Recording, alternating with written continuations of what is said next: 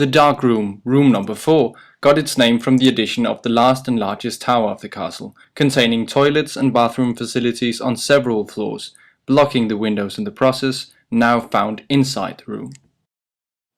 The wax sculptures that has an eerie glow to them depict King Frederick III, his son George, and his wife Queen Sophia Amalie, who was actually the first to introduce this special form of portraits into Denmark.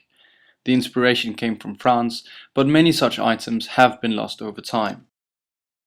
An interesting aspect in the relationship of Frederick III and his wife was that they actually shared the same bed, which at the time was a very odd thing for royals, and it was even said that their marriage was a happy one. That is, until she decided to cheat on him with a servant after 22 years of marriage, which was very much frowned upon. Until the pietistic and Puritan movements in the 18th century, it was near customary that the princes and lords of Europe could take on if not several, then at least one mistress, but no such thing was allowed the women of the time.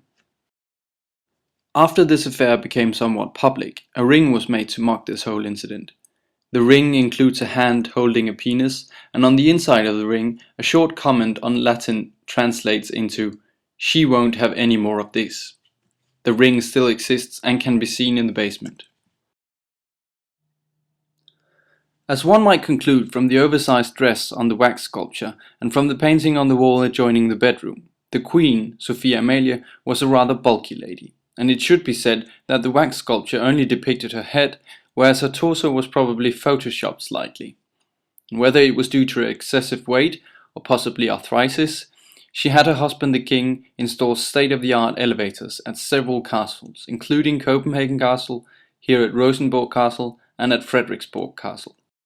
At Frederiksborg you can still see why it was plainly called an escalating chair, since it was nothing more than a chair placed on the top of a lift that had to be manually worked by servants. This last bit of information is particularly fun to note, considering that the servants had to hoist up a woman of Sophia Amalie's stature, who, if we are to believe what might have been slander, whilst being hoisted, fell all the way to the bottom after the ropes broke because of her weight. Lastly, one should note the chair in the middle of the room. Although not an escalating chair, it's still pretty exceptional. This chair dates back to the 17th century and was used at parties as sort of a practical joke.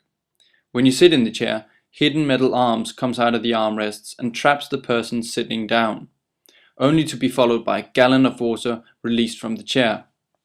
As if that wasn't enough, a mechanical fanfare would be activated the moment the victim, all soaked and embarrassed, got back on his feet.